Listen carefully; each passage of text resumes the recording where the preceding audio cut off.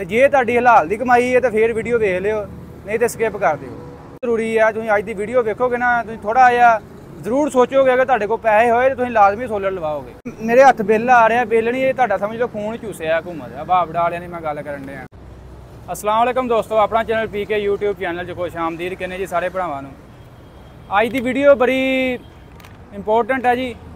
ये मैं तुहानूं दस्सण लगा जी सोलर पैनल लवाउणा क्यों जरूरी हो गया है। जिवें कि हुकूमत जी अगर सोलर पैनल असीं लैने आ तो एक दफ़ा सानूं टैक्स देना पएगा। आ जिहड़ा मेरे हत्थ बिल आ रहा, बिल नहीं ये तुहाडा समझ लो खून चूसिया घुम्मद बाबड़ा वालियां दी मैं गल जरूरी है। तुसीं अज की वीडियो वेखोगे ना, तुसीं थोड़ा जिहा जरूर सोचोगे अगर तुहाडे कोल पैसे होए तो तुसीं लाजमी सोलर लवाओगे, ठीक है ना। आज मैं तुहानूं विखाना जी किवें किवें हुकूमत भाई लुट्टण डई है, किन्ने क टैक्स ला दिते ने, ठीक है। हुण बत्ती अगर बंदा बिल्कुल भी नहीं ना चलांदा बत्ती, उन्होंने भी टैक्स लगने ने। तो जे तुहाडी हलाल दी कमाई है तो फिर वीडियो वेख लिओ, नहीं तो स्किप कर दिओ।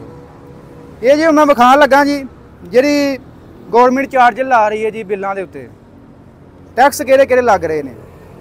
सब तो पहले जी electricity duty, TV fee, GST, income tax, extra tax, further tax, GST on FPA, extra tax on FPA, further tax on FPA, income tax on FPA, ED on FPA. 1 2 3 4 5 6 7 8 9 10 यानी कि 15 तो 20 टैक्स लगे ने। मुख्तलिफ नाम दे दिते इन्होंने, कोई एफपीए, कोई जीएसटी, कोई फदर। इस तो इलावा यह सारी टैक्सां की डिटेल है, मैं तुसीं नाल स्क्रीन ते देखदे पे होवोगे। ये सारी डिटेल दे दो के उस तो बाद फिर एक्स्ट्रा होर टैक्स ने, वो भी तुहानूं मैं विखाना। इस तो इलावा आ जांदी मीटर रेंट आ जांदा है, सर्विस रेंट आ गया, फ्यूल प्राइस एडजस्टमेंट आ जांदा है, वो भी आ जांदा विच टैक्स दे विच ही। एफसी सरचार्ज ये भी टैक्स, क्वार्टरली ट्रैफिक एडजस्टमेंट ये भी टैक्स। यानी कि आ सारे जिहड़े तकरीबन 15 तो 20 टैक्स मिला के टोटल बिल बनया जी 21,456 रुपये। 21,456 रुपये इन्ने टैक्स देने के बावजूद, टैक्स तुहानूं मैं गिना के दसां तकरीबन 10 है साइड ते ने ते 4 है साइड, 14 टैक्स लगे ने, मुख्तलिफ नाम दे दिते उन्होंने, ठीक है। 14 टैक्स लाने तो बाद बिल बनया 21,456 रुपये। तो जदों बाद में फिर टोटल जिहड़ा असीं देना मैं उन्होंने जिहड़ा बनाया मैं टैक्स ला के 21,456 रुपये, ठीक है। तो जिहड़ा असीं देना मैं बाद जिहड़ा असीं पे करते हैं उत्थे आ जाता 32,203 रुपये। यानी कि 21,000 रुपये इन्ना टैक्स पा के फिर भी इन्होंने दिल नहीं भरिया। तो आ जिहड़ा उत्तों आ गया यानी कि 11 तो 12,000 रुपया उतरा जिहड़ा ठुकिया है, वह पता ही नहीं वो किहड़ा टैक्स लाया, वो किहड़े चार्ज लाए ने, जिहदे विच बकाया जात भी तुहाडे कोल कोई नहीं है। बिल दे उत्ते मैं नाल तुहानूं मैंशन करदा पिया, बकाया जात भी कोई नहीं हैगा, कोई पिछला यानी कि बिल नहीं हैगा। तो 12,000 तो 13,000 फिर लगा है 14 टैक्स लाने तो बाद। 14 टैक्स मध्य में घूमन ने किन्ने लए ने, पहला 11,000 रुपया टैक्स सिर्फ कटौती हुई है। जिहड़ी इन्हें बत्ती बाली वह किन्ना बिल 16,647 रुपये। 16,647 रुपये की बत्ती बाली है बंदे ने, जिहड़ा मैं बिल हत्थ च फड़िया। तो इनू बिल किन्ना आया 32,203 रुपये। यानी कि 16 तो 16 32 16,000 रुपया इनू उत्ते टैक्स लगा है। ये सारे टैक्स पा के 16,000 रुपया उत्ते टैक्स लगा है।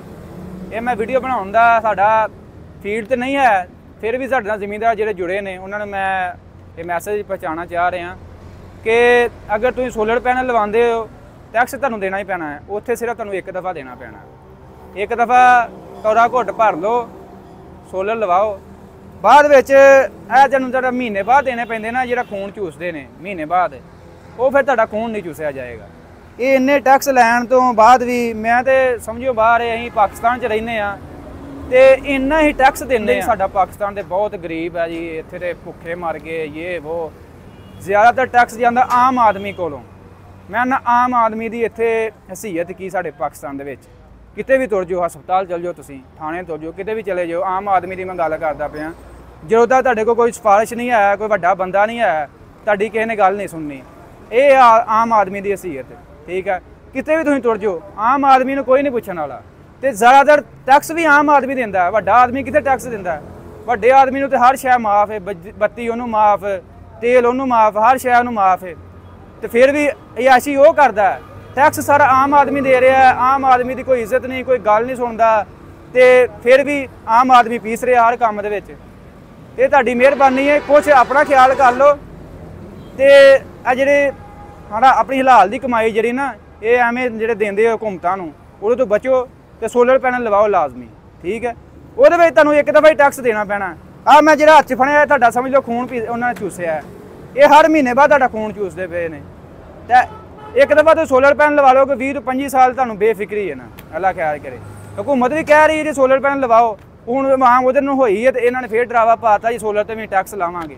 ਇਹਨਾਂ ਕਿ ਲੈ ਬਈ ਇਹ ਹੁਣ ਟੈਕਸ ਕਿੱਥੋਂ ਲਾਵਾਂਗੇ ਜੇ ਹਰ ਬੰਦਾ ਹੀ ਸੋਲਰ ਲਵਾ ਲੇਗਾ। ਤੇ ਇਹ ਮੈਸੇਜ ਹੈ ਜੀ ਜਿਹੜੇ ਜਿਨ੍ਹਾਂ ਬੰਦਿਆਂ ਦੀ ਹਲਾਲ ਦੀ ਕਮਾਈ ਹੈ ਉਹਨਾਂ ਵਾਸਤੇ ਇਹ ਲਾਜ਼ਮੀ ਸੋਚੋ ਕਿ ਤੁਹਾਡੇ ਕੋਲ ਹਸੀਅਤ ਹੈਗੀ ਹੈ, ਪੈਸਾ ਹੈਗਾ ਤੇ ਸੋਲਰ ਅੱਜ ਕੱਲ੍ਹ ਭਾਈ ਅੱਧੋ ਅੱਧ ਕੀਮਤ ਤੇ ਆ ਗਏ ਨੇ। ਸਾਡਾ ਕੋਈ ਮੁਨਾਫਾ ਨਹੀਂ ਹੈ ਕੰਪਨੀ ਵਾਲਾ, ਨਾ ਸਾਨੂੰ ਕੋਈ ਉਹਨਾਂ ਦਾ ਕੋਈ ਯਾਨੀ ਕਿ ਅਸੀਂ ਉਹਨਾਂ ਕੋਲ ਲੈ ਰਹੇ ਹਾਂ ਕੋਈ ਪੈਸੇ ਪੂਸੇ।